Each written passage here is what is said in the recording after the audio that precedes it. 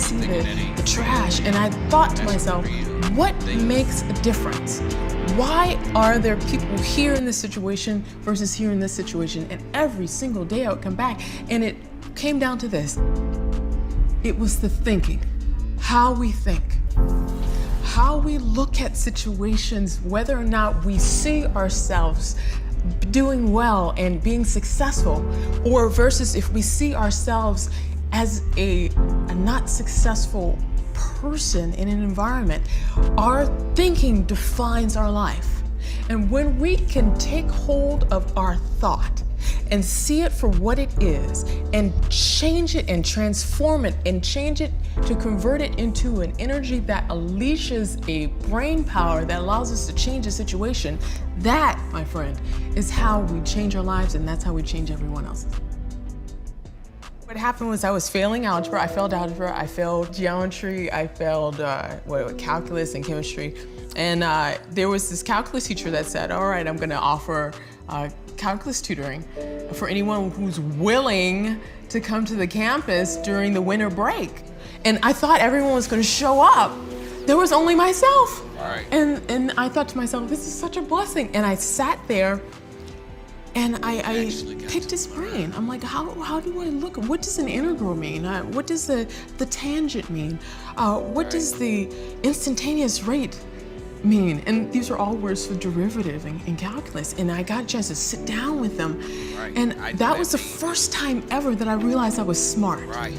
And when I sat with him, it was amazing because I realized what was stopping me was my own fear.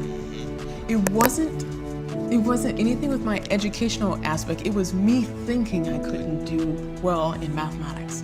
And when I learned to remove that fear and think, I'm gonna do this no matter what's gonna happen. I may fail it, I may not fail it.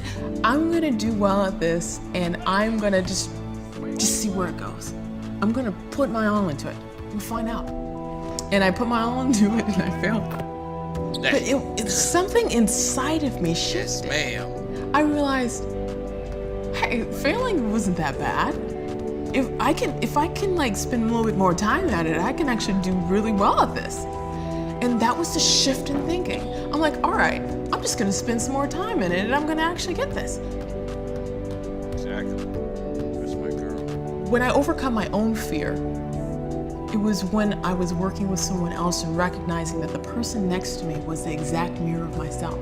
And as I could help that person right next to me, I was helping myself at the same time. And it became this teamwork. Every single person on the campus needed mathematics. And so I got a chance to know everybody on the campus and became one of the most popular people because everyone needed mathematics. Right. And that My girl. confidence that was built from taking something that I failed at before and shifting my thinking about it and embracing it to actually create a new reality for myself. That's what empowered me.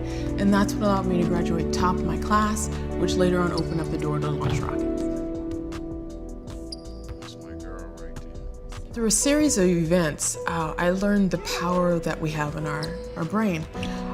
When I overcame so many challenges when I was launching rockets, of being a woman and being a person of color in a predominantly area that was different than myself, I had to think differently. I had to think, all right, I'm gonna stand out. Everything that I do is gonna have to be twice as good. That's just the nature of it. And I had to change the way in which I was thinking in order to do that. How am I going to be such a contributing force to this environment that whenever I leave, I've made a difference? And when I realized that, and then when I coupled that with the aspect of mathematics, where the same type of math that we use to launch to Mars is the same type of math that we use to literally reshape our own brain, I realized the power of our thoughts. When we are aware of where we are, what we're doing, and more importantly, the decision that we have in front of us, the choice in our thought in a situation, whatever decision that we make in that full awareness, that decision in itself is a fractal moment in chaos that literally changes the brain at that very moment to restructure it inside of your head so you can unleash your power. When you look at how are my thoughts going to align with where I want to go, and you decide, that moment in time where you decide, this is a thought that's going to get me to being a rocket scientist. This is a thought that's going to get me to be a doctor. This is a thought to get me to be a host of my own show. Whatever it takes, I'm going to have all the type of thoughts that's going to get me closer to where I want to go in the future.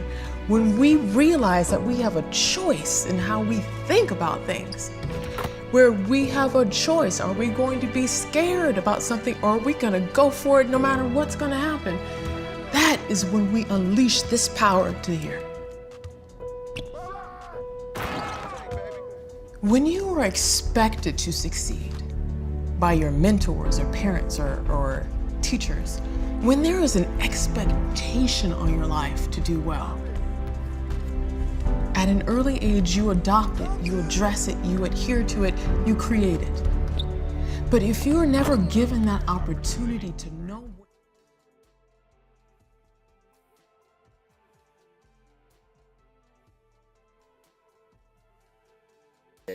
Check. Hey, what's up? Welcome to another episode of Expansion Pack. I'm your host, Dan F. Man. It's good to be in here with y'all. Let me get this sound right. Hold on. Make sure y'all can hear me.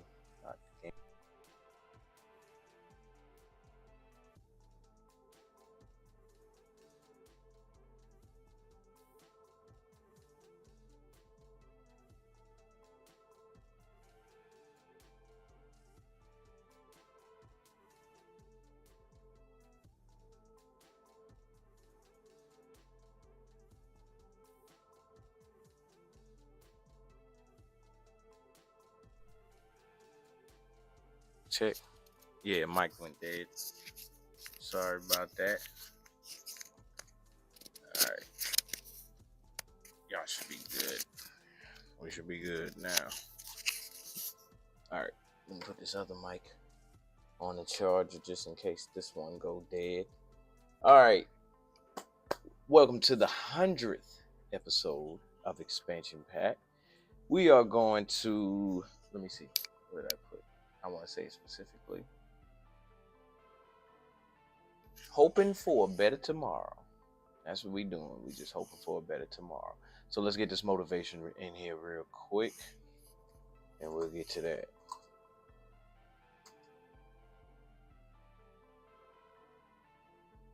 Hey. This is Wix Studio, the platform for agencies and enterprises, built to meet any brief. When your project calls for bold creativity, design freely on Figma.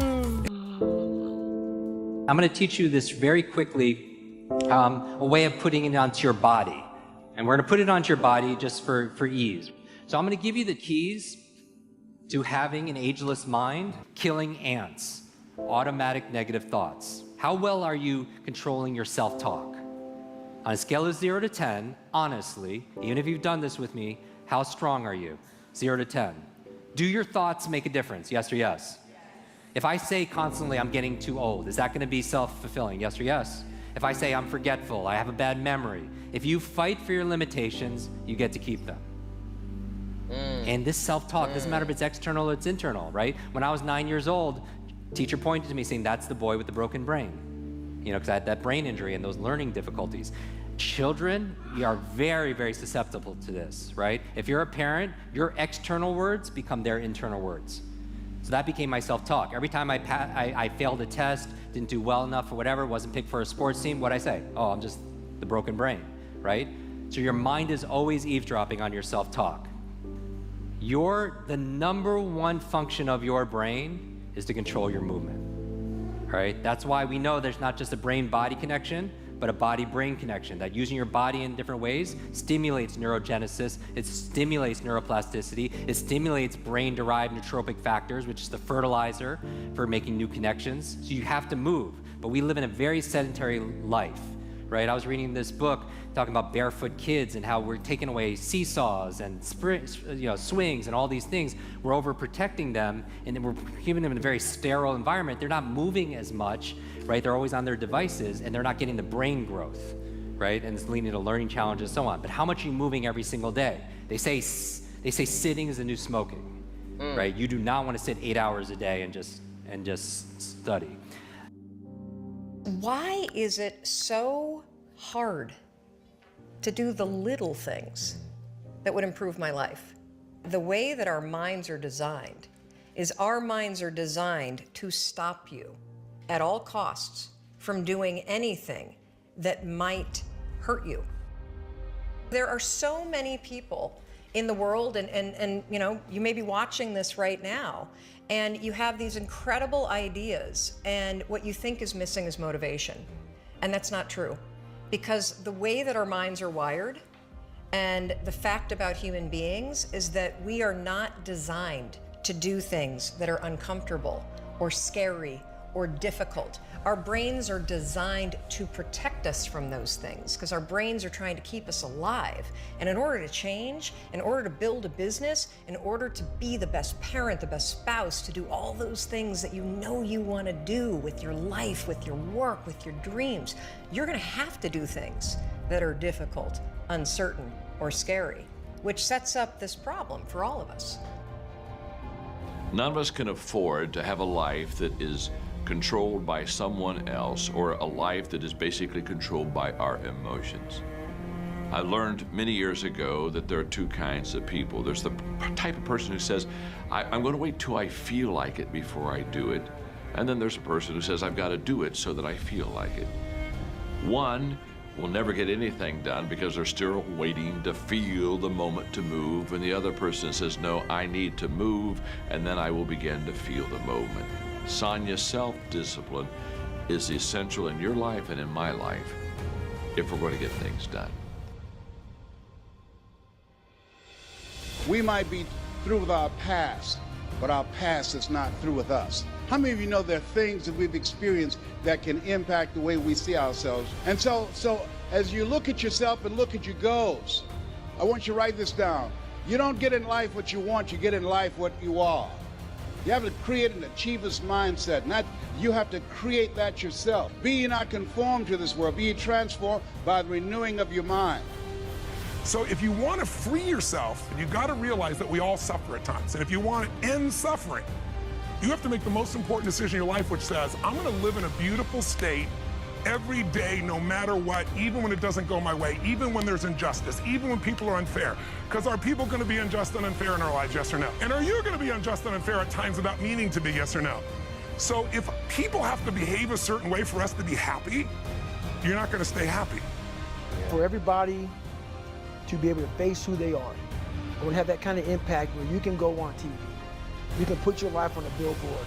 You're not ashamed of who the you are. You're not ashamed of what life made you, what you helped life make you. All that bad that's now in this big pot that's stirring, you're no longer ashamed of it. You realize we're all f***ed up. Stop judging yourself against other f***ed up people who have hidden it better than you. That's all they've done. They've masked their shit better than you have, and now they're flipping it back on you and saying you're f***ed up. I want you to realize that this world, life, is one big head game. And once you learn to play the motherfucking head game, it's no longer a game anymore at all. Yes, sir. You can start living your life. Hey, look, I agree with what he said, though.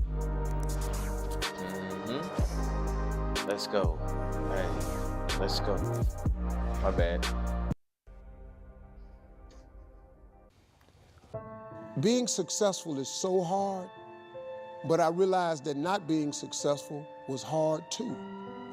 The difference between not being successful hard and trying to get successful and hard, if you're trying to get successful and it's hard, at least there's some payout. There's a payoff. If you hang in there, there's payoff. When you're not successful, it's hard. It's hard not having money. It's hard never knowing how to come up with your mortgage and your bond and your rent and your let. It's hard not knowing that. How you gonna feed your children? How you gonna pay your bills? It's hard, ain't it? So if it's hard that way, and it's hard being successful, I might as well deal with how hard it is to be successful, because at least one day, that could be a payout. If you just stay in the hard part of life of not being successful, ain't no payoff. There's no result for being poor. It's just more po. You just post some more. There's no payout. Post some more. That's just my make guy. the decision that you're not going to be poor anymore. You have the right, don't matter how you were born. Who is sitting here right now today? This is the real me, obviously. But I'm gonna go kind of, I'm a very philosophical person. And I'm gonna go there with you real quick. I believe in a higher power. Don't know the names, don't know where it's coming from, don't know anything like that. But I believe that this power, and visualize it real quick. Let's say it's a man up there or a woman, whatever, and they have a chart. And when you're born, they say David Goggins, born February 17th, 1975 at 6 a.m. They write the chart down because they can see everything. They know exactly what you're supposed to be. They know what you're supposed to be. You die, you go to so-called heaven. You arrive at heaven, I'm 300 pounds.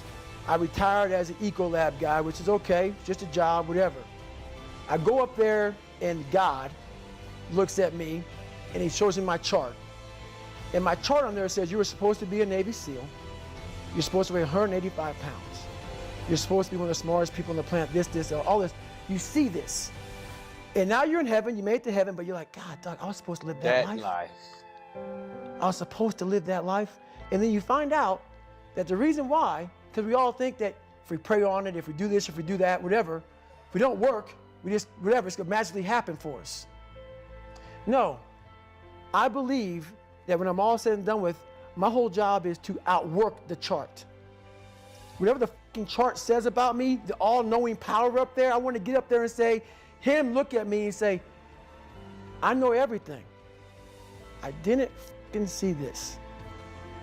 I want to feel that. I want to get to the other end of this fucking world, and however I'm being judged, whoever's judging me, to look at me and say, I did not fucking know. I had you at 185, I had you at this, but all this other shit, I was riding as you were living it. Yes, sir. I want to find more. All I can. And in that fucking sack of shit, you have to dive in that to find more. Because if you're not willing to go in there and face yourself, you're not gonna find anything. You're gonna live right here on surface, man, right here on surface. So if there is an ending to this world and there is somewhere to go and there's a judgment, you're gonna get there and you might see a chart. And that chart may tell you who the you should have been. And now you get the rest of your life to think about that. Man, I could have lived a much better life if I just would have just suffered a little bit more. If I just would have went in that and realized I had so much more. But fear and the 40% and living here versus living here, being afraid, stop me. So that's, I'm a big guy in visualizing. I'm a big guy in making a world, it may not exist. To me, it does. To me, it does. And I'm overpowering myself every day. And you gotta find tools to do that. That's the tool that I use. So that's what it's all about.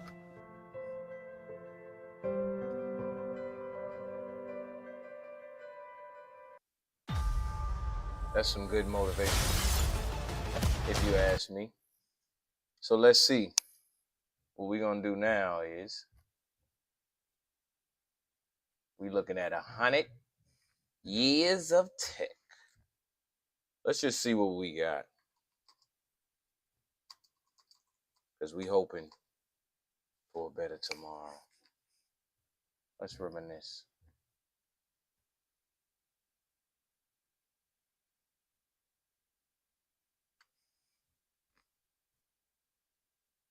Let me see. Over the last 100 years, the world has changed tremendously. From the invention of the computer to the 3D printer, technology has evolved at a rapid pace. Every year brings new inventions. Some permanently change our lives almost overnight, while some disappear as soon as they are patented because they never really had a need for them. Over the last century, there have been thousands of patented ideas around the world, and whilst we may not notice some of them, there are many that are exciting and life-changing. In this video, we're going to analyze some of the innovation that has happened over the last 100 years and look at how these changes have affected our day-to-day lives. First, we're going to take a look at the human transplant. In 1954, Dr. Joseph Murray removed the kidney from one human patient and implanted it in another. The recipient accepted the kidney as its own rather than rejecting it as a foreign body. It was more than a skillful surgery. Murray had chosen a pair of identical twins, Ronald Hendrick and his terminally ill brother Richard, in hopes their similar genetic makeup would reduce the likelihood of Richard's body rejecting Ronald's liver. Soon afterward, other researchers developed drugs that could squelch a transplant recipient's immune system long enough for the new organ to become incorporated into its new body. Today, some 25,000 Americans a year receive a new heart, kidney, liver, lung, pancreas, or intestine. But on top of that, they also get a new lease on life. This development in technology has been a lifesaver for such a large number of people over the years.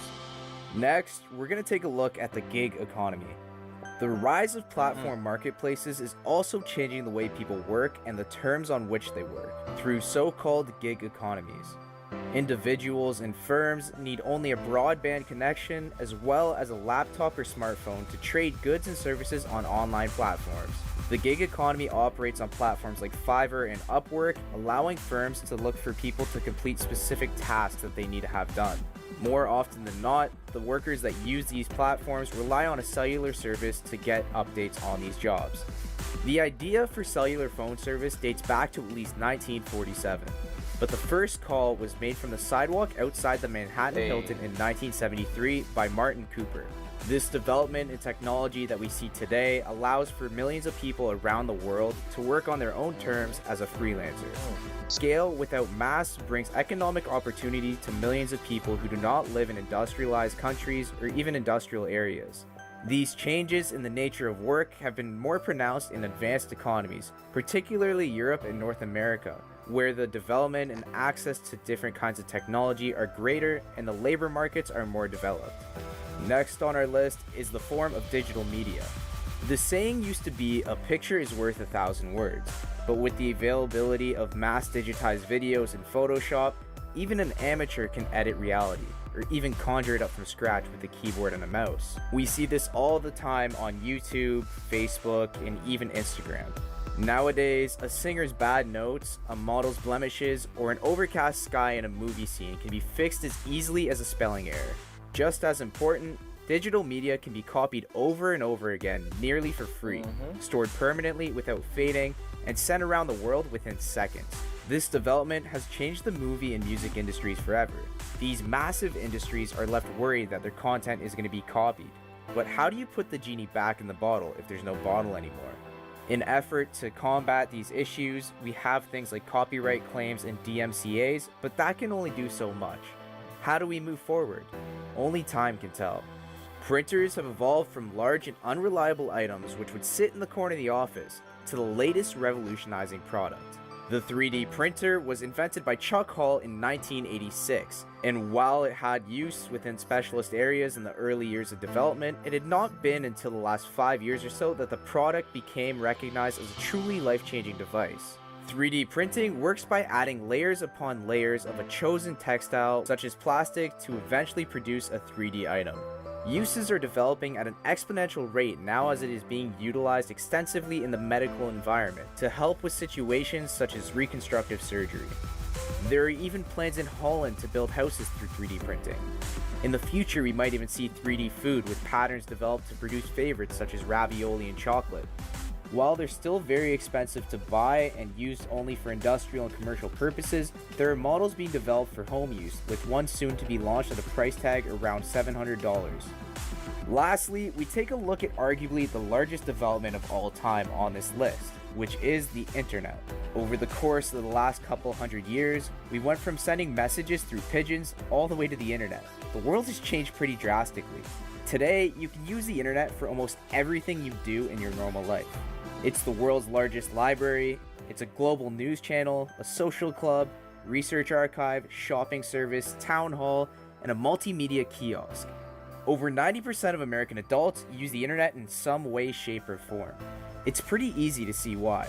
There was a period of time when people used to wait for days and even months, but now you can easily send and receive messages from your loved ones or receive a package the same day. This list is just a few of the innovations that we've seen over the last 100 years. Now, let's take a quick look and analyze the changes that have happened because of these innovations. All of these statistics are being taken from 1920 to today. World literacy rates went from 23 to 86.1%. It used to take 5 days to get from London to New York, but now a non-stop flight gets you there in a little over 8 hours. With regards to phones, only 8% of people had landlines, but now you have over 80% of the population having smartphones in the US. That's a supercomputer in their pocket. And lastly, we have the major changes in tech. In 1920, the major tech innovation was the toggle light switch. As for today, you could name off a million different things. You have CRISPR or Cas9 gene editing technology, which enables us to reprogram life as we know it, and we are even making strides in AI, robotics, and space exploration. The development of technology just grows exponentially every single day, and who knows what we're going to see in the future. Let us know in the comments what you think the next 100 years are going to look like. Well, that is all for this video. Toss a thumbs up if you found it informative and you enjoyed it, and don't forget to subscribe and turn on post notifications to stay updated with her content. That is all for the 100 years of technology, and we hope to see you in the next one.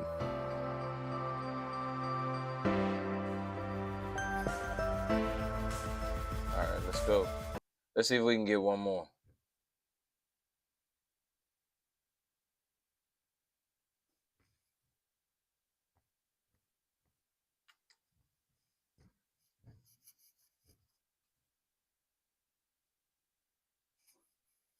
I'm done spending an obscene amount of money on takeout every week. Done. I'm getting back on track with Factor Fresh. A World on the Brink, 1924. The year is 1924, a time when the world stands at a crossroads, teetering between the remnants of a devastating past and the promise of a transformative future. The year is 1924. The echoes of the Great War still reverberate through the streets and hearts of people across the globe. The war, which was supposed to end all wars, has left nations grappling with the immense task of rebuilding and healing. The Great War has just ended, leaving scars across the globe. Nations are rebuilding, cities are being reconstructed brick by brick, and societies are trying to find their footing in a world that has been irrevocably changed. The war has not only altered borders, but has also reshaped the very fabric of human existence. Technologies like radio and automobiles are slowly transforming daily life. The radio, a marvel of modern science, is beginning to connect people in ways previously unimaginable. Families gather around their radios, listening to news, music, and stories from far-off places, shrinking the world and bringing it into their living rooms. The world is on the cusp of change, but no one knows what the future holds. The automobile, once a luxury for the wealthy, is becoming more accessible, promising to revolutionize transportation and the very way cities are designed. Streets are bustling with the sounds of engines and the sight of Model T Fords, symbolizing progress and the relentless march of technology. Imagine a world grappling with the aftermath of a global conflict. The scars of war are not just physical, but emotional and psychological. People are trying to make sense of the loss and devastation, while also holding on to hope for a better future. The world is in a state of flux, with old empires crumbling and new powers emerging. Picture bustling cities with Model T Fords and gramophones playing the latest jazz tunes. The roaring 20s are beginning to take shape, characterized by a sense of exuberance and a desire to break free from the past. Jazz music, with its lively rhythms and improvisational style, becomes the soundtrack of a generation eager to embrace change and innovation. This was the world of 1924, a world about to experience a seismic shift. The old ways of life are being questioned, and new ideas are taking root. The arts, literature, and culture are flourishing, reflecting the dynamic and often contradictory spirit of the times. People are looking forward with a mix of excitement and trepidation, aware that they are on the brink of something monumental. The air is thick with anticipation. There is a palpable sense of excitement as people look to the future with hope and curiosity. The advancements in technology and the changes in society promise a new era of possibilities, but also bring with them uncertainties and challenges that no one can fully predict. The roar of the 1920s is about to begin. This decade will be marked by unprecedented economic growth, cultural dynamism, and social change. The energy of the era is infectious as people embrace new fashions, new music, and new ways of thinking. The world is ready to roar and nothing seems impossible. But in the midst of this excitement, something extraordinary is about to occur.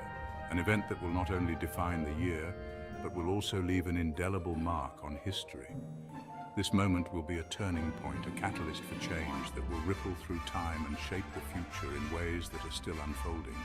An invention, a concept, a technology unlike anything the world has ever seen. This groundbreaking development will revolutionize industries, alter the course of human progress, and redefine what is possible. It is a testament to human ingenuity and the relentless pursuit of innovation, a beacon of hope in a world still finding its way. As we look back on 1924, we see not just a year, but a pivotal moment in the tapestry of history, a year that set the stage for the modern world we know today. And then there was light. The flicker of a bulb, the hum of a generator, the birth of a new era. It was a time when the world was on the cusp of monumental change, a change that would redefine the very essence of human existence. The dawn of the network.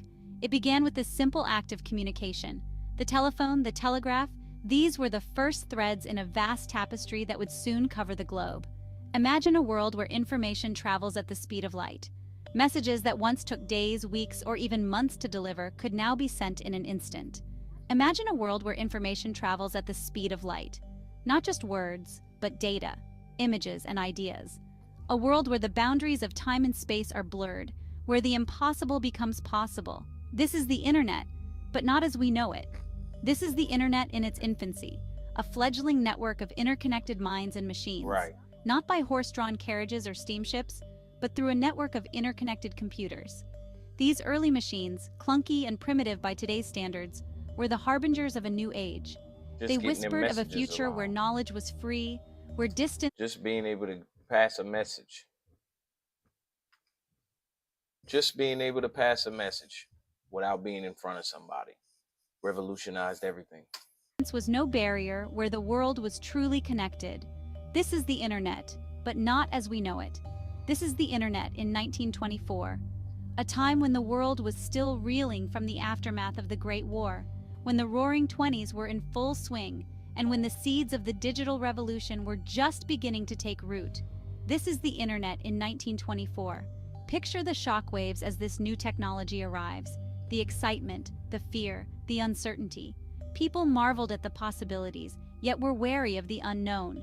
The very fabric of society begins to unravel and reweave itself. Old ways of thinking, old ways of doing were being challenged and transformed. Picture the shockwaves as this new technology arrives. The streets buzzed with talk of the latest advancements, the newspapers filled with stories of innovation and progress. The very fabric of society begins to unravel and reweave itself. The world would never be the same. The initial impact is slow, almost imperceptible, but like a pebble dropped in a pond, the ripples spread far and wide. The very fabric of society begins to unravel and reweave itself. The world would never be the same. The initial impact is slow, almost imperceptible. Scientists and engineers, the pioneers of this new age, begin to see the potential. They exchange messages, share data, and collaborate in ways never before imagined. The seeds of a revolution are sown. The world would never be the same. The initial impact is slow, almost imperceptible. Scientists and engineers, the pioneers of this new age, begin to see the potential. They exchange messages, share data, and collaborate in ways never before imagined. The seeds of a revolution are sown. The dawn of the network was not just a technological revolution, but a social one as well. It changed the way people lived, worked, and interacted with each other. The world was becoming smaller, more connected, and more complex.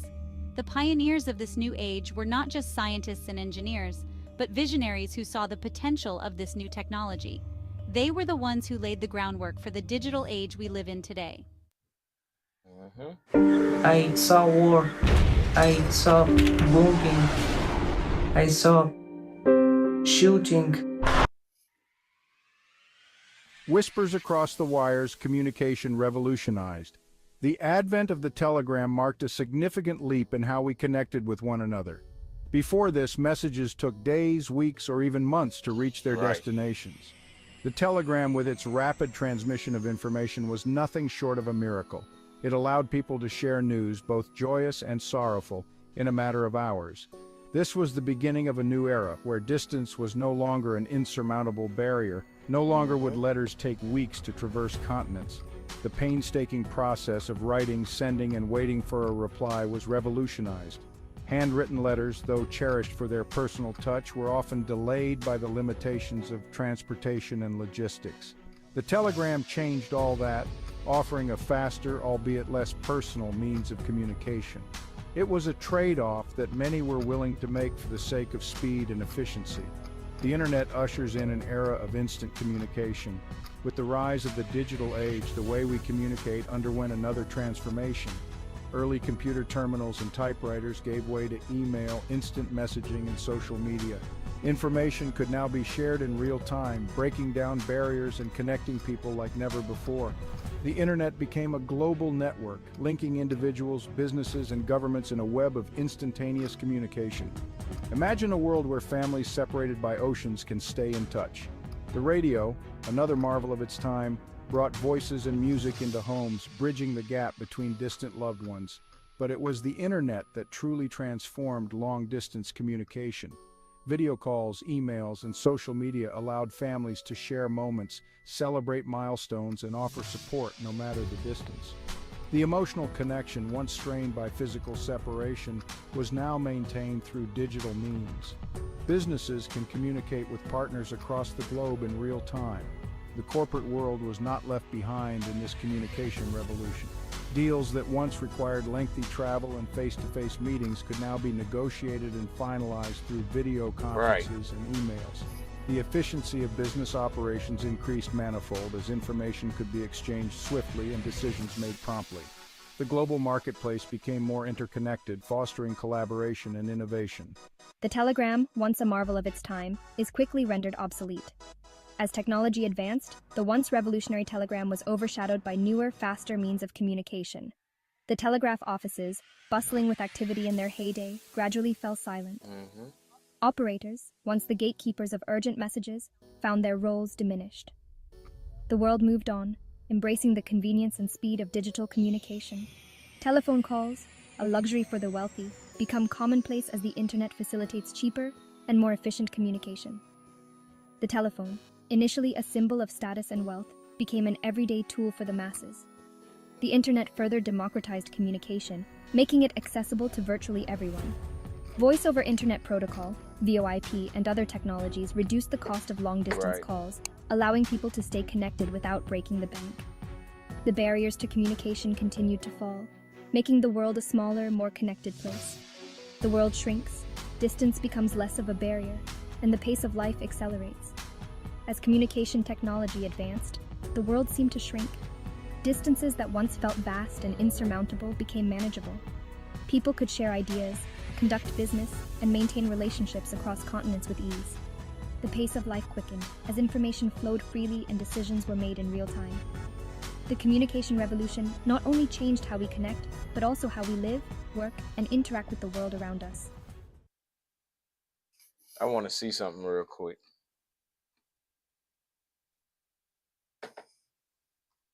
I'm going to show you guys. Well, I don't want to see that no more. All right. Next 100 years. Yeah, I'll type this in. Humans merging with AI, the ability to control the weather, reinstating extinct species. These are just a few of the things that will happen in the next 100 years. Hop in our time machine and get ready for a wild ride as we travel decade by decade, exploring what humanity will look like in terms of technology, space exploration, and more. 2025 to 2035. In just the next 10 years, we're going to see some incredible progress in terms of space travel. SpaceX will be sending humans to the moon. The first step will be an uncrewed demo mission, but soon after that, SpaceX will launch the Artemis mission, allowing humans to set foot on the moon once again. And if you're wondering about getting to Mars, well, that's going to take a little bit longer. Stick around and we'll tell you when. But what else is going to happen to Earth in this time frame? Well, we'll fight a deadly killer, pancreatic cancer, with a new vaccine. It's based in mRNA technology, the same technology we used for the COVID vaccine. The first step to fighting this cancer will be surgery, but the vaccine will help prevent it from coming back. Vaccination will drive the body to produce protective T cells. These will recognize any new cancer cells and wipe them out. Now, while we're saving lives from cancer, humans will still be facing threats from climate change. One casualty of our climate crisis will be Bangkok, a city of 10 million people. Unfortunately, its soft, loamy ground is sinking lower and lower, 10 centimeters a year. The pumping of groundwater is pulling the city down. Now, at the same time, global warming is causing the oceans to rise. This beautiful city will see a terrible and devastating flood within the next decade. In the most extreme scenario, 96% of the city would be below sea level by the year 2030. Maybe a barrier at the mouth of the Chao Phraya River would help a little, but flooding can't be held off forever. For cities that don't get flooded with water, well, they'll see a big shift on the roads. Self-driving cars will finally deliver on their promise to dominate in the next decade. Unfortunately, they'll probably be tied to a subscription service, so get ready to pay an extra $10 a month for CarFlix. And if you do choose to drive your own car, it'll be kind of like a hobby, like flying a kite or something. Speaking of subscription payments and money, in the next 100 years, it could all be going digital. Yeah, imagine a world where cash is as ancient as the dinosaurs and every transaction is traceable. We believe this shift will likely push many towards cryptocurrencies like Bitcoin. The only problem is Bitcoin mining is notorious for its high energy consumption and environmental impact, which could make our flooded city situation even worse. But luckily for us, one company is already working to solve that problem: Griffin Digital Mining. We believe these guys are like the eco-friendly superheroes of the Bitcoin world. They're a 100% renewable energy-powered Bitcoin miner, using hydropower to reduce their environmental footprint drastically. Is this a commercial for them? Griffin seeks to utilize cutting-edge digital mining technology to achieve high efficiency while keeping costs low. They were the first to publish a detailed report on their carbon footprint in the Bitcoin mining industry, and they're one of the inaugural recipients of the Green Proofs for Bitcoin certification. And we believe Griffin proves you can mine Bitcoin sustainably. So as we move into this digital age, keep an eye on Griffin. They're aiming to make sure our digital currency future is a green one. But we're getting a little ahead of ourselves. We've got 90 more years to cover. Hop back in the time machine and let's head over to the next decade. 2035 to 2044. Okay, let's check in on how space exploration is progressing. We'll finally get to surf the hydrocarbon seas of Titan, Saturn's largest moon. We'll send a submarine into space, getting it to land on another moon and plunge into the ocean there. By studying Titan, we'll learn new and fascinating things about how life began on Earth. Titan has an internal liquid water ocean, which could contain the building blocks to alien or human life. It also has dunes that are rich in carbon and nitrogen compounds. Who knows what new life forms we might find out there? But that's not all. This is also the decade when we finally have a crew of humans landing on Mars. We'll get a better understanding on how to deal with the many challenges of this mission by around 2040. And we'll find solutions for all sorts of things we previously thought weren't doable. Things like how to minimize the effects of radiation during the trip to Mars and how to produce oxygen from the Martian atmosphere. We'll also solve the problem of having fresh food and water on the planet. Not to mention, we'd be building pressurized, radiation-resistant shelters that will allow us to live on the red planet. And it's a good thing we'll be further along in our exploration of other worlds too, because things might be getting a little too hot to handle here on Earth. By 2035, our planet will be 1.5 degrees Celsius warmer. Lemurs will be going extinct, and those cute koalas in Australia, say goodbye to them too.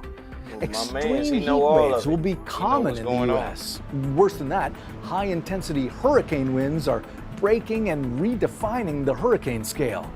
Category 6 hurricanes with sustained winds over 125 kilometers per second may be pretty infrequent today. We've only seen 5 of these since 2013, but in 20 years, they'll hit the Gulf Coast cities so frequently that...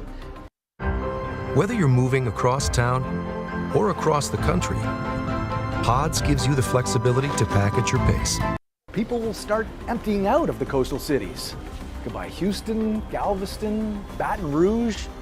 Now, weather won't be the only thing that's changing. Our demographics will be shifting too. By around 2044, white people will be a minority population in the US. And if your reaction to this is, meh, so what? Well, you're in good company. A majority of Americans feel this is neither a good nor a bad thing for society. 2045 to 2054. Climate news will get worse during the 10 years between 2045 and 2055. Temperatures will be 2 degrees Celsius above pre-industrial levels. That's a lot. This will have important consequences for the trillion-odd species on Earth right now. Many will be victims of the 6th extinction event. In this decade, 40 to 50% of our current species could go extinct. Among them are the African forest elephants, Amur leopards, and the Yangtze finless dolphins. Populations of these creatures are already dwindling today, so unless there's a drastic change in our warming climate, poaching, and forest loss, well, animals like these are on their way out. The Dead Sea, a unique natural phenomenon with a salt content 10 times higher than the oceans, is also at risk. Sadly, these salty waters will slowly evaporate due to the immense heat. Currently, in the Dead Sea, evaporation is causing water levels to drop an incredible 1.2 meters each year. During this decade, we'll finally kiss it goodbye. Now, with the devastating effects of global warming, there will be more pressure to innovate. We'll see a major new development in energy, one that will crack the code to commercializing fusion power. This is the process that smashes 2 hydrogen atoms together to form helium, and in the process, release a lot of energy. Today, we don't know how to do this cheaply, but 20 years down the line, we'll figure out how to get the cost down. This will be the beginning of the end of carbon emissions. Something else we emitted into the air decades ago might also finally have an update. In 1999, Ukraine sent a message named Cosmic Call 1 into space.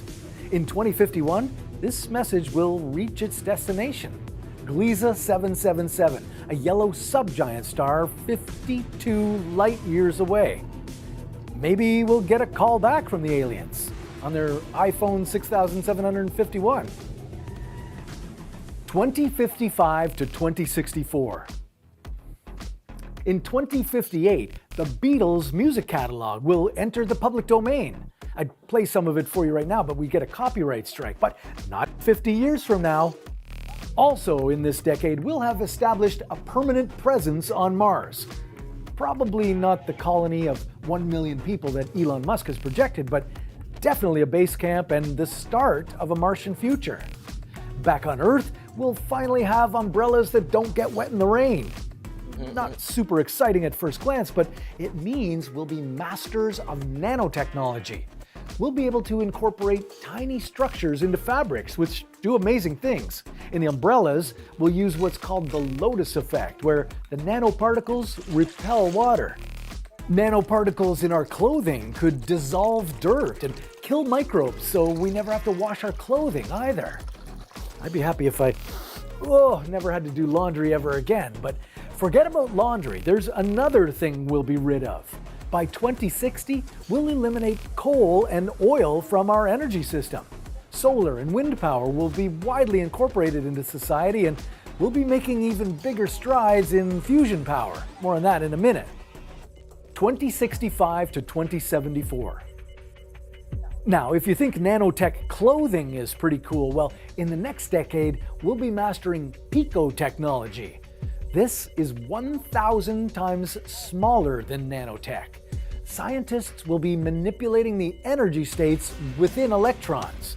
This will change the structures and properties of individual atoms. From this, new types of matter will emerge. Who knows, maybe we'll be building entirely new kinds of chips or supercomputers using this new technology.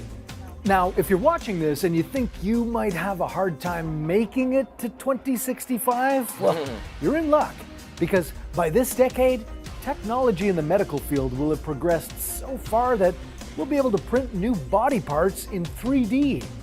Yeah, we'll be rejuvenating ourselves with stem cells, and gene editing will be able to cure diseases. Through a combination of these and other methods, the medical field will be helping people live years, maybe decades longer. 2075 to 2084. Okay, by the late 2070s, the transition to clean energy will be complete. Humanity will be carbon neutral across the globe, and the last of natural gas power will be phased out. Electric cars will be everywhere. The gas vehicles we ride around in today will be considered vintage toys. And with the advances made in nanotechnology, our solar cells, which convert the sun's energy into electricity, will be super efficient. Now, technology will optimize our human bodies too. Artificial organs, bionic eyes and ears for supervision and hearing, and implants to enhance intelligence. Humans 2.0 will be vastly superior to what we are today. More intelligent by design. This is the decade we'll also find a new way to launch ourselves into space. We'll look back at today and think, gosh, space rockets? That was so 2024. Instead, we'll have a space elevator. This will require a cable that runs from the ground up through the atmosphere all the way to a satellite that orbits in sync with the Earth's rotation. That cable will have to be made of some special material, maybe diamond nanothreads. 2085 to 2094.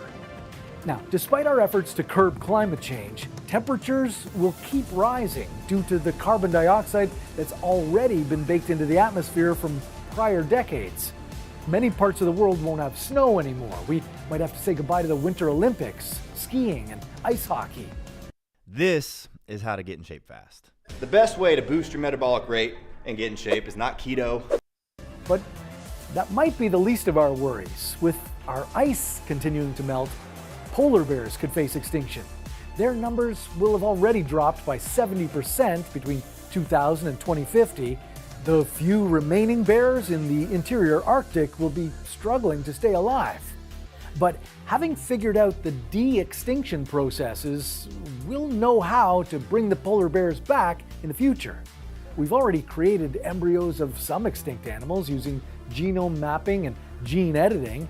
In the next half century, scientists might figure out how to implant these embryos into closely related species, giving us a path out of extinction. For the first time in Earth's history, we may be able to turn back the clock. With global temperatures still rising, by 2090, Western Antarctica will be as warm as today's Alaska or Iceland. If we travel even further ahead in time, the new landscape would be unrecognizable. Many of the largest Antarctic ice sheets will have melted away, and human settlements will be on the rise, with new towns and urban infrastructure built on the Antarctic soil. 2095 to 2104. The landscape will also be different for the Atlantic Ocean. In the second half of the 21st century, a vast network of wind farms will be springing up in this part of the world. By the end of the century, they'll transform our methods of power generation. But they'll have another interesting capability, allowing us to control and moderate the weather. Even as hurricanes intensify and break all records, wind turbines can absorb the energy, reducing hurricanes from a level 5 to a level 1. Some of the Gulf cities that emptied out may start to repopulate. Over 80% of the Amazon rainforest will disappear by the end of the century. Logging, fires, farming, and industry will destroy this valuable resource. As a result, Many plant and animal species that lived in these forests will have gone extinct, and indigenous peoples who made their home here may be wiped out. Rapid globalization and interconnectedness will also cause the extinction of our languages. In the late 20th century, there were over 7,000 languages worldwide, but by the time we get to the year 2100, we'll be down to just 3 languages: English, Mandarin, and Spanish. 2105 to 2115. Okay, if you're able to live until the 2100s, genetic engineering will be able to transform your body in new and unusual ways. Early in the 22nd century, we might be incorporating a key element of plants into our human cells, giving some of us fantastic new capabilities. Which element? Chloroplasts, where photosynthesis takes place. This would enable us to take in the sun's energy and carbon dioxide to produce our own sugars. It'll be a whole new way of feeding ourselves. And humans could also find a way to live forever. The technology to upload our minds, including our complete memories, into a computer will be perfected. The world might divide into those who want to live forever inside a computer and those who don't. 2115 to 2124. By the dawn of the 22nd century, AI will be an integral part of all society. Humans merged with AI will possess vastly superior cognitive capabilities. These human-AI hybrids will combine the emotional intelligence of humans with the intellectual and analytical superpowers of AI. This could create wars between humans who have merged with AI and those who have not. We'll now have permanent settlements on the Moon and Mars. We'll have explored the outer reaches of our solar system, sending missions to the gas giants, the Kuiper Belt, and beyond. We'll be mining asteroids for minerals and metals. Couples getting married will argue about whether the destination wedding will take place on the Moon or on the Red Planet. Well, maybe they'll marry on one and honeymoon on the other. The next 100 years will see terrible lows and amazing highs. With massive climactic shifts, Earth will transform, cities will be underwater, and many species will go extinct. Even as this is happening, humans will merge with AI to become exceptional transhuman beings. We'll conquer space. Eventually, we'll become carbon neutral and then find ways to tame the weather. And in the distant future, we'll apply our intelligence to repopulate the Earth with the species we wiped out. If you're young, buckle up. The next 100 years are going to be a wild and amazing ride. But what about the next billion years? I don't know. What will they look like? Well, that sounds like a story for another What If.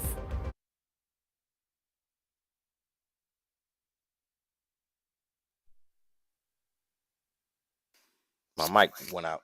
I wonder where he got all his information. Oh, man.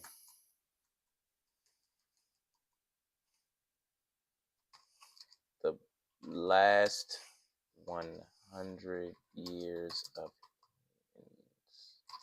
Hey, that sounds good. Let's see what they got.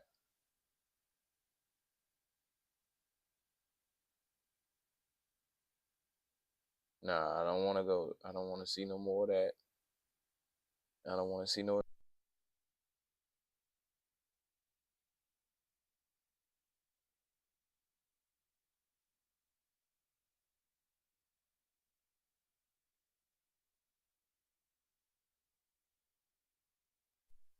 Our evolution right now? Are we still evolving physically? Are we still changing? Okay, I got it. Are we growing bigger, smaller, or changing other organs in any way?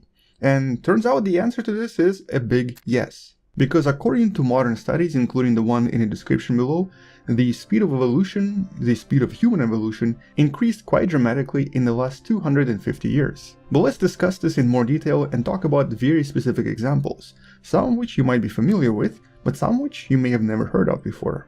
And by the way, all of this comes from these wonderful researchers from University of Adelaide that discuss the idea of microevolution in humans, whose paper as always you can find in the description below. And to me this idea is absolutely fascinating because when I think about evolution, for example, the closest thing I can think of is dogs. And that's because I guess I have a dog, but also because dogs are so different physically. The sheer number of different dog breeds out there is a really good example of how we can turn microevolution and guide it to create something we would like to create. All of these different dog breeds were guided by humans and created over a period of only a few hundred years. So we know that this is something that's happening, but does it happen to humans too? And if so, what exactly are we evolving and what's changing in our bodies? Well, just because, thank you for the congratulations on my 100th show. Thank you to the 67, my loyal subscriber. You know, someone said just because we can do it, should we? I agree with that. I can't disagree with that. I will throw out this.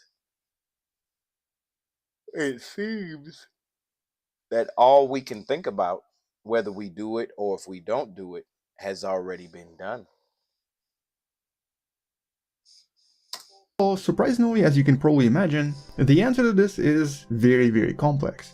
As a matter of fact, it seems that we are genetically mutating even right now, and we've changed a lot in the last few centuries. But unlike the changes in these birds, for example, the famous finches that Darwin studied, the unusual mutations in humans seem to be a little bit less visible or normally seen as something we should be correcting. Now this is actually one such example mentioned in the paper, the unusual genetic defect that certain babies are born with known as spina bifida. And although technically this is classified as a birth defect, this is something that has changed over time and actually decreased in the human population. But there is a better example of all of this, something that we all have gone through, wisdom teeth. Turns out that wisdom teeth used to be something that we all have gone through, wisdom teeth. Turns out that wisdom teeth used to be extremely prevalent in everyone. And today we believe that wisdom teeth used to help humans to chew food better. As a matter of fact, when food wasn't as processed, it was much easier to use these teeth to essentially process the food in our mouths. But due to various dietary changes, our faces apparently decreased in size, and so our mouths got smaller, and there was not enough space to have wisdom teeth in our mouths anymore, so they either became problematic, started to be taken out, or, like in my case, never really got developed to the point where they even came out. Mine actually got stuck in my mouth. But what's even more interesting is that apparently in the last few decades more and more babies are born without them. They actually are lacking wisdom teeth, which the scientists behind this paper believe is essentially a mutation. It's an evolutionary advantage to not have them. We obviously have no idea what exactly causes people not to have wisdom teeth, but it does seem to be beneficial not to have them anymore. And the best explanation is of course related to just the changes in our facial structure and the, I guess, decrease in size of our mouths. We don't necessarily know why this happened, but we just know that it's happening even right now. But there are a few other features they've discovered over the years, identifying certain genetic features that some people have and some don't. One of them is a strange bone that some people are born with in their feet. And this feature seems to be also disappearing with time. Another example is a very strange bone behind the knees that certain people have as well, known as fabella, which surprisingly is increasing in time. Now once again, we're not sure why, but all of these are random genetic mutations, and they might not actually have any reason whatsoever. They just happen in certain people, and sometimes they take over with no specific reason. Remember, this is not a guided evolution at all. This is a microevolution at work, where certain features become more prevalent and possibly even become dominant, even if they don't really have any advantage whatsoever. And some features seem to have completely disappeared in the last few decades. Like for example, this feature right here, known as the thyroidea ima, seems to have one feature that has disappeared completely in the last few decades, and was actually decreasing in humans prior to this as well, which could still be present in some of the older people but seems to be completely absent in the younger generation. And what's really interesting about these microevolutionary changes is that most of them don't have to have a reason whatsoever.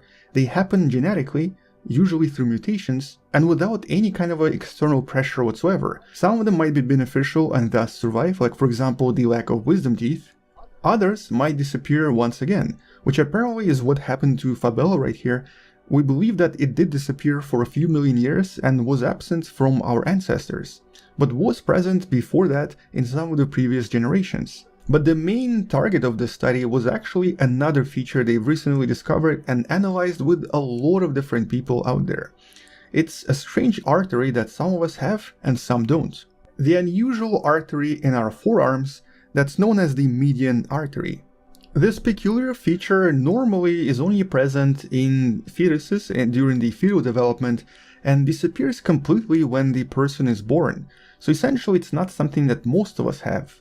And the purpose for this artery is to essentially supply the hand with blood as the human fetus develops.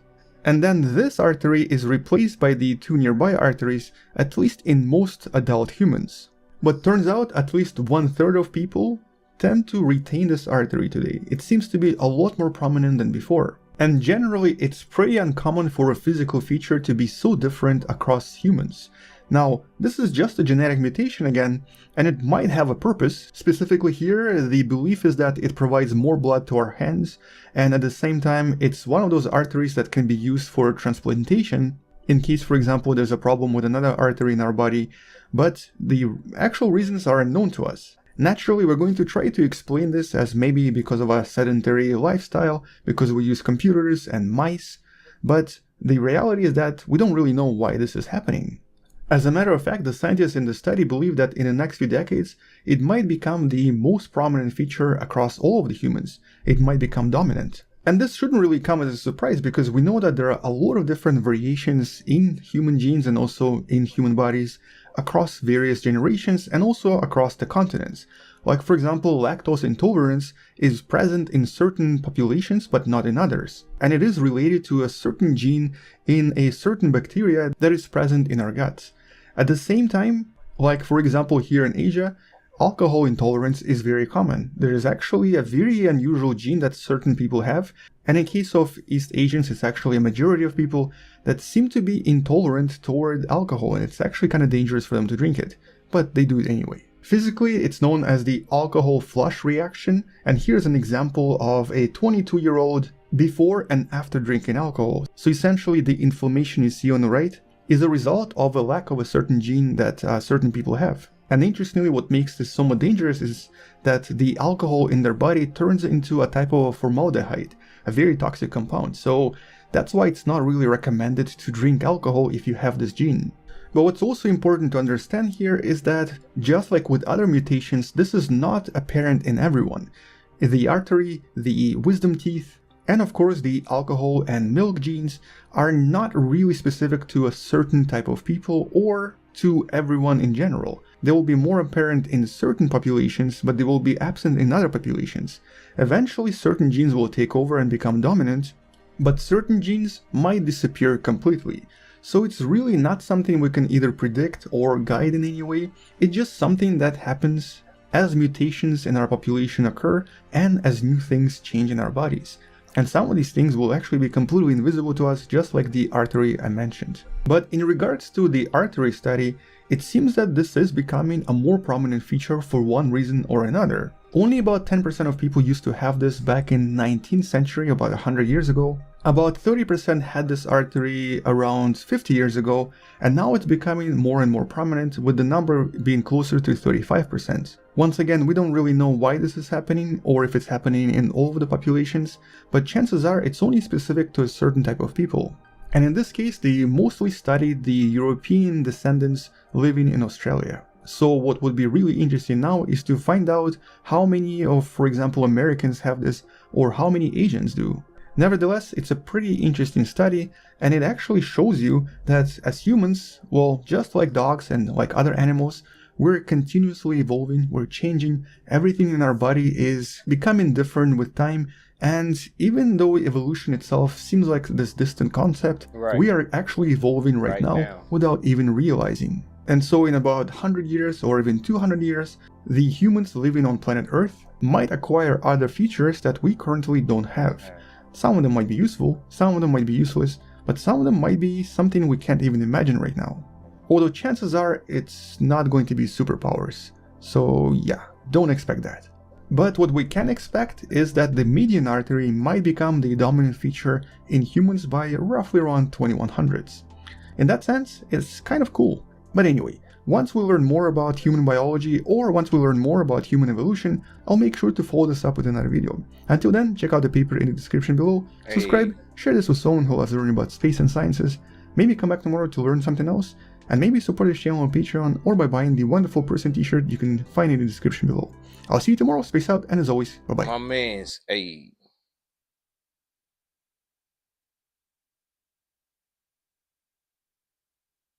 I want to see this. I'm just saying, ESPN Bet has seen green, Steven's A-list. Why can't I have a cool sounding featured bet?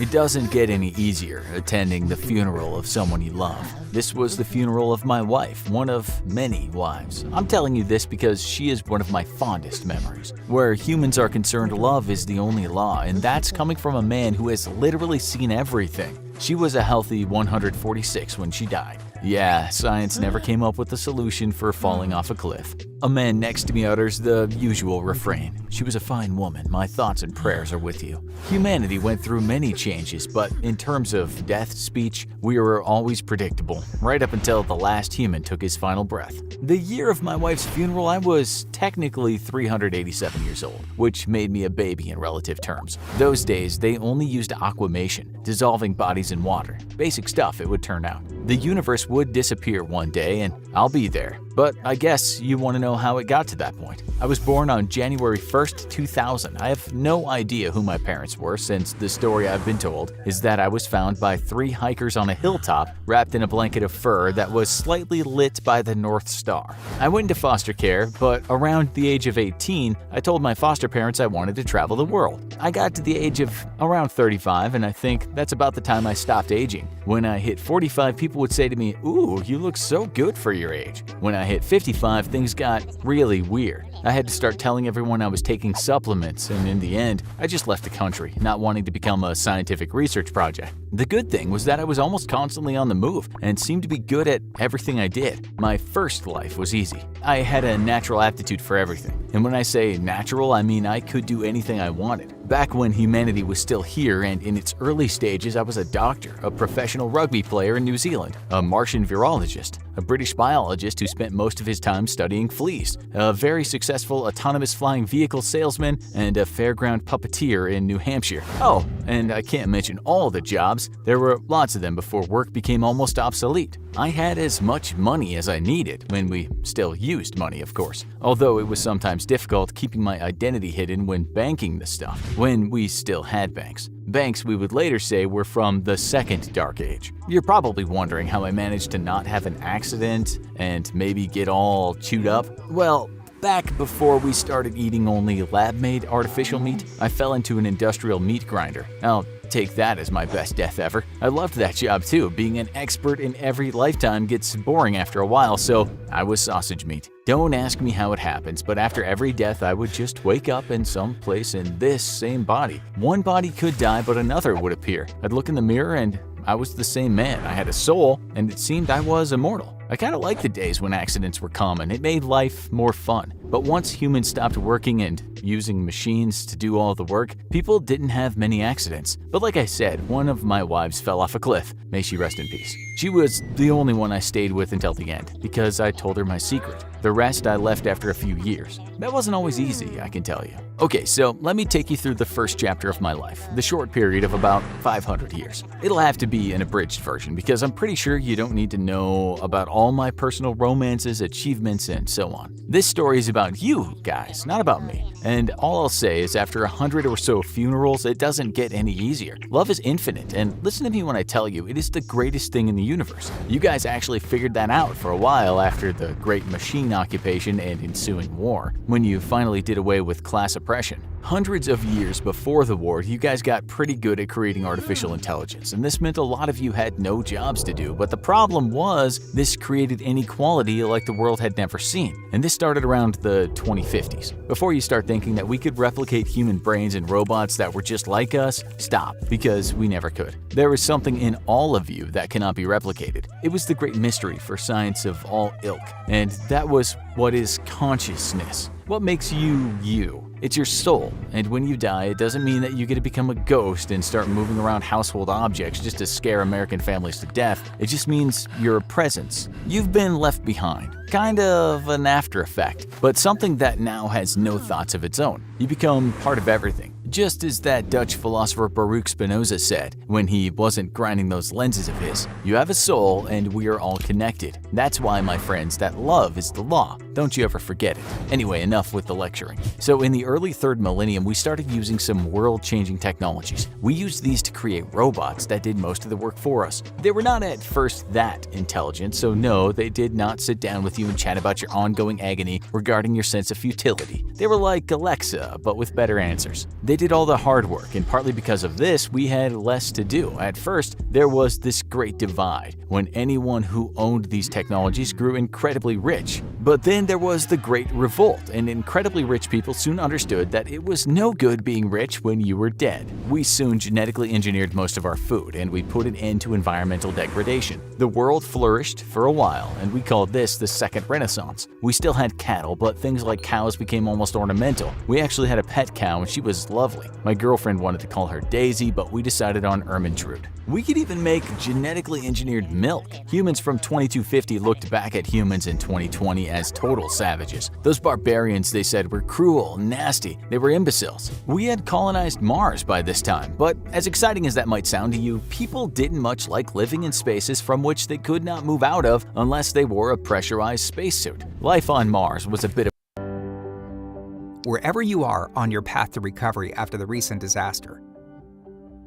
a chore. Even Elon Musk would have admitted it was a bit dull up there if he'd lived to see it. At first, Mars was more like a gimmicky thing. I think it was about in 2880 or something that we finally terraformed the planet. That means creating an inhabitable atmosphere there. Still, I always preferred Earth. I remember a guy once joking with me when we were on Mars. This was after we'd terraformed the place, and I said to him, "It's a bit of an anticlimax," and he laughed and replied, "Yeah, the grass is always greener." You'd only get that if you'd been on Mars, because while we did learn how to grow grass on the red planet, it was never like the luscious green grass of Earth. His joke was what you'd call a double entendre. Okay, so after the Great Divide came the Great Awakening, and that's when humans started sharing everything. We had no need to work, really, and the work we did was more in line with helping people and creating things. There was hardly any crime, and we viewed the justice system of your time like you now view medieval torture. The problem was those machines we'd created had become super intelligent, and that didn't mean that they could fall in love and tell us how great they thought the movie Blade Runner was, but it meant that they could solve problems that we couldn't. And by the way, we didn't actually watch movies in those days. We were movies. Virtual reality was as real as life, and you could choose your story. Anyway, as I said, this was great at the start. Machines didn't just do all the heavy lifting, but they devised ways to make everything sustainable. The thing was, some idiot asked a machine how to end depression, loneliness, anxiety, sorrow, and all the human emotions we didn't much like. The emotions that made us, us. The machine's answer to that was a contradiction because for those emotions not to exist, we couldn't exist. The simple solution to the problem was to terminate us. This wasn't out of animosity. Like I said, robots didn't have feelings. Our brains are way too complex. They wanted to terminate us because we had asked the machines to solve a problem. It wasn't personal. Some of those machines were weapons. While wars were a thing of the past, we used powerful destructive devices for things like drilling and creating cities in places that were once uninhabited. And we also stockpiled weapons in case of an extraterrestrial invasion. You've also got to understand that simple robots were household appliances. I had a robot dog that doubled as a lawnmower and a leaf blower. It's a long story, and I have a long way to go, but I'll tell you that before we won the war, lots of human lives were lost. The superintelligence was interconnected, so before you could say, oops, the machines turned on us. A friend of mine was killed by his own fridge. In the end, we created another superintelligence whose sole purpose was to defend humanity. Then we had something called the Machine Wars, while we hid out in the underworld, something that we'd created about a century earlier. The underworld was devised in case of natural catastrophes, such as asteroid hits or supervolcanoes going off.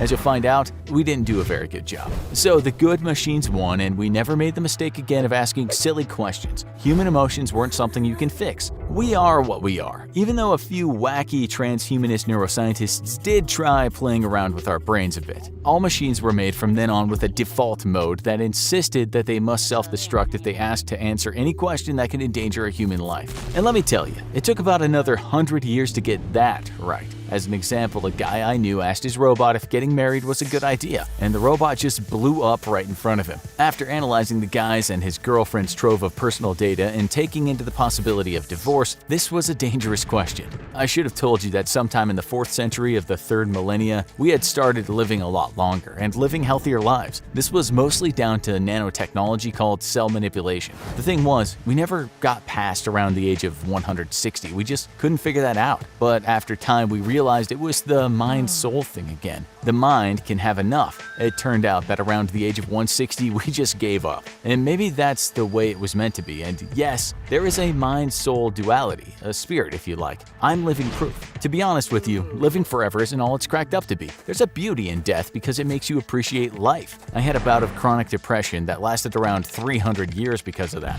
I lost all purpose for a while. I begged for death. I prayed for death. Death was love to me. Without death, I lost the will to live. Anyway, I won't bore you with my psychological problems. We're gonna move on now to something big. Around 3500, the Earth's magnetic poles reversed, or should I say they'd been reversing, but something just happened fast. The fallout from that was more cosmic rays hitting us, and that meant more radiation. We had to hide underground for a while, and some people took off to Mars. Eventually, we developed a way to deflect the cosmic rays, but we lost a lot of humans to radiation-related sickness. The underground couldn't sustain us for long. A catastrophic event for you guys happened around 5,000 years later, and that was a supervolcanic eruption. This was so huge that the volcanic ash blocked out the sun and covered a large part of the planet.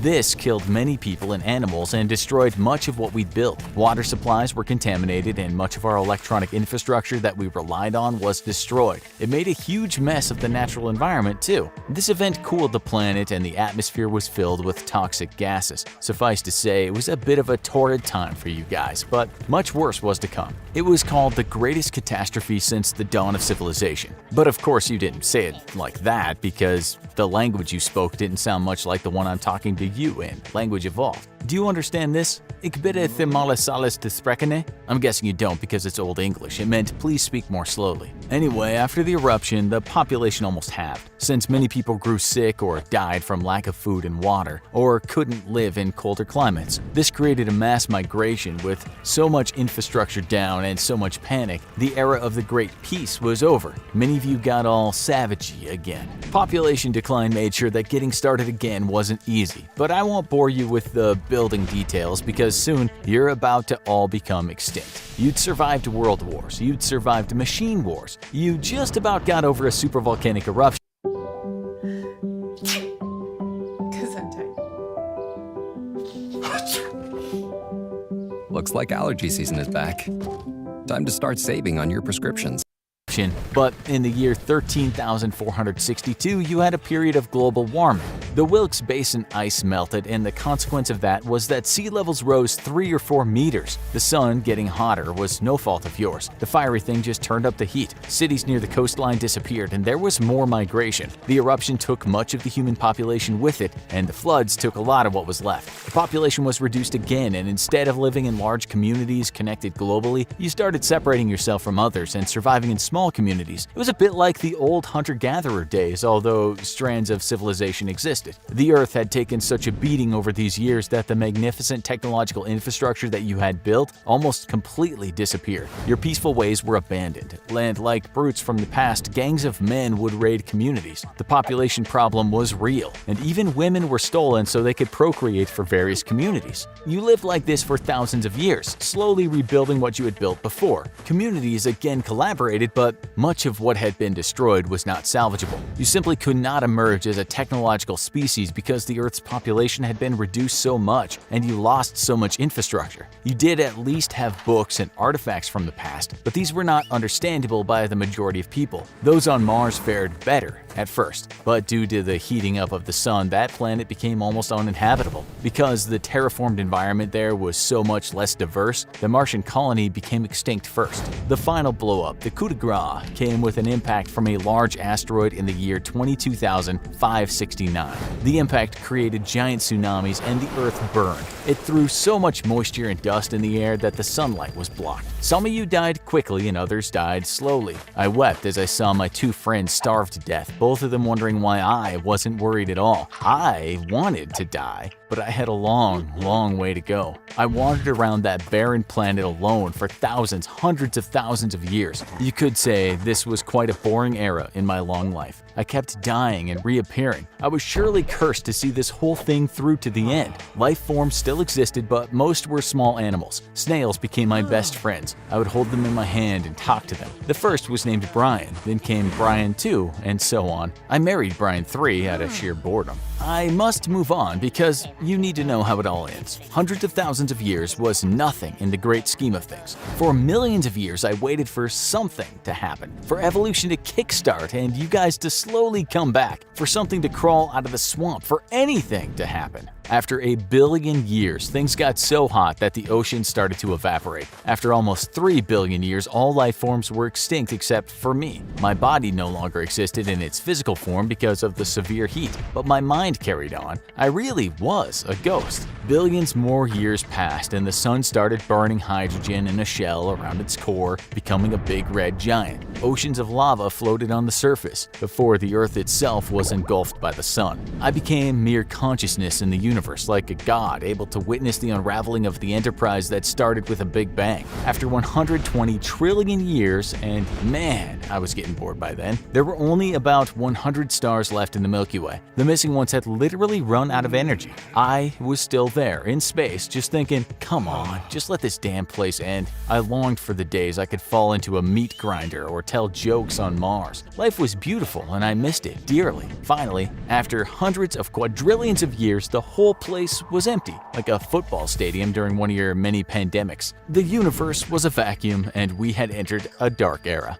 But what was nothing? What exactly was nothing? Subatomic particles were still there. I couldn't see anything in the darkness, but I knew that those particles were busy trying to break down a barrier. I just felt it. They joined forces and stringed together, propagating. I was witnessing a birth. Uh-oh, I thought, here we go again. And I realized I was observing another Big Bang. The whole thing was starting again. I was seeing the eternal recurrence, a cycle both violent and beautiful. The universe started kicking and screaming like the thousands of newborn babies I'd fathered when humans existed. And that's what I'm watching right now. I've got a long time to wait until I see the next generation of you guys, but I'm at peace. In this cosmic arena, there is more than just matter. There is me, an eternal soul, a timeless monument to the spirit, an enduring love and light that I can't explain and don't want to explain. So I'll see you guys in the next life, a few billion years from now. Don't forget to be nice to each other next time. Life is precious. That's what you'll learn when you live forever. Do you want to hear more about the universe? If so, we have some great treats for you. Watch one of these mind-blowing shows. What are some mysterious objects in space we can't explain yet? Or most extreme... That was good to just hear. Not like, you know, you got to believe in it. They said don't take it too seriously at the beginning anyway. So, yeah. All right. Let's go with a little bit more motivation.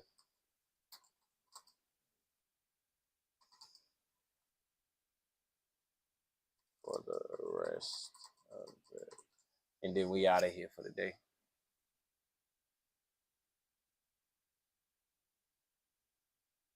I'm done spending an obscene amount of money on takeout every week. Done. I'm getting back on track with Factor.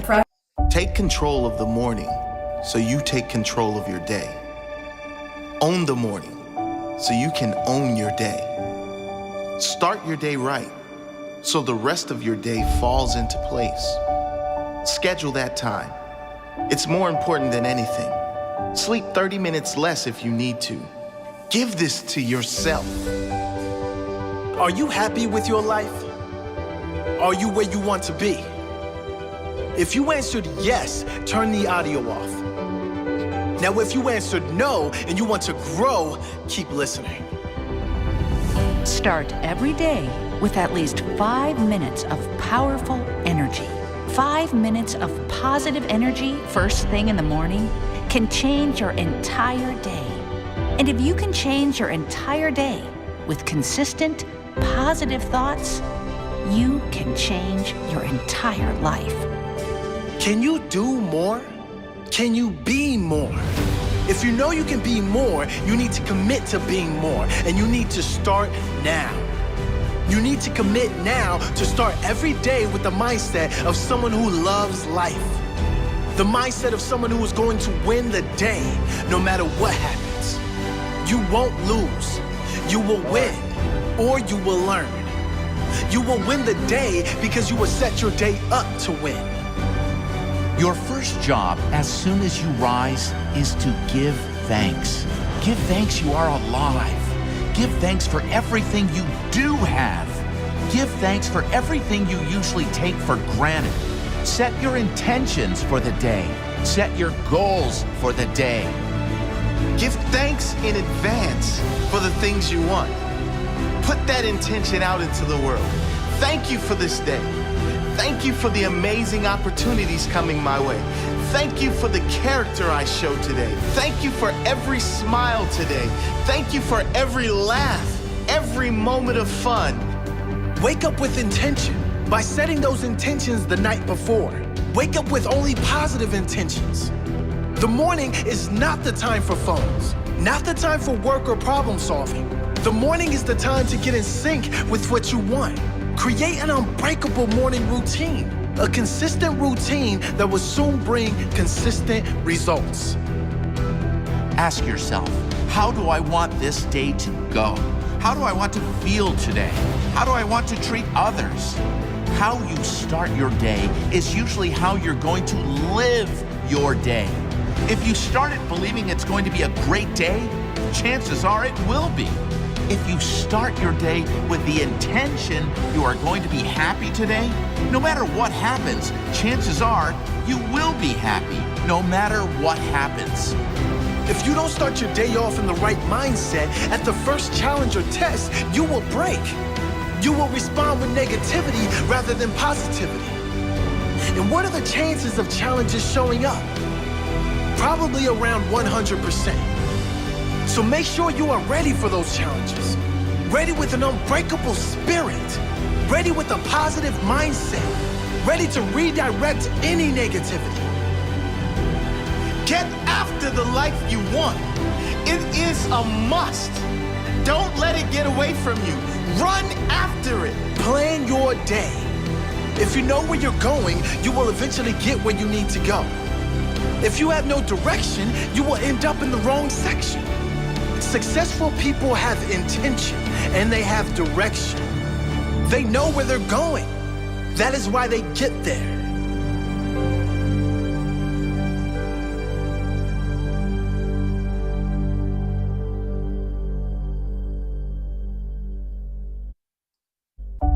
The most important thing to do first thing in the morning is get yourself in a powerful state. If you're in a great mood, you will produce great results. You will have a great day. The better your attitude, the better the results you produce. The better your attitude, the better you can handle, overcome, and thrive through challenges and difficulties that come your way. So get yourself in a great mood. Do whatever it takes to get that feeling first thing in the morning. Whatever works for you, meditation, reading, gratitude, music, exercise. These are all good options that get you in state. When your mind is positive and clear, you can handle just about anything, can't you? And when you can face challenges with a clear mind, they lose their power. They no longer halt your progress. They no longer have a strangle over your day or your life. You simply choose the best way to move forward and move on. Most people don't start their days like this. Most people aren't happy. Don't be most people. Be the minority who start their day with positive expectations. Look at yourself in the mirror and repeat to yourself, today is going to be a great day. No matter what happens, today I will see the good. No matter what happens, I will do the right thing. No matter what happens, I will give my all today. Today I will give my best, so tomorrow will be better. We all have the same amount of time, but some people make the most of it, and some people drudge through it. Make the most of yours. Live with a smile on your face. Believe you are deserving of a great life, and get out there and create one. If you change your thinking, you can change your life. So how do you change your thinking? Well, how do you change your body? You change the body by changing what you feed your body. You change your body by changing how you work your body. The same is true for your thinking. Change what you feed your thoughts. Feed it with positive affirmations and beliefs. Feed it with new knowledge on self-development. If you learn how to change, you will change. Work out your mind with books, with audio. Books and audio that expand your existing mindset into something greater. Grow yourself by learning more. Grow yourself by doing the things successful people do. No matter what this day brings, a challenge, a miracle, an unexpected blessing, whatever it is, I am grateful for it. Affirm to yourself every day, today will be a great day. Something magical will happen today. Something truly amazing will happen today. Don't be afraid of missing out. Be afraid of being in the exact same place as you are now. 1 year from today, 5 years from today, 10 years from today. Struggling to pay the bills, struggling for energy, struggling to find that passion in your life. Visualize what you are going to do today to get more out of your life. Do it every day. And every day, you will love the life you have created for yourself.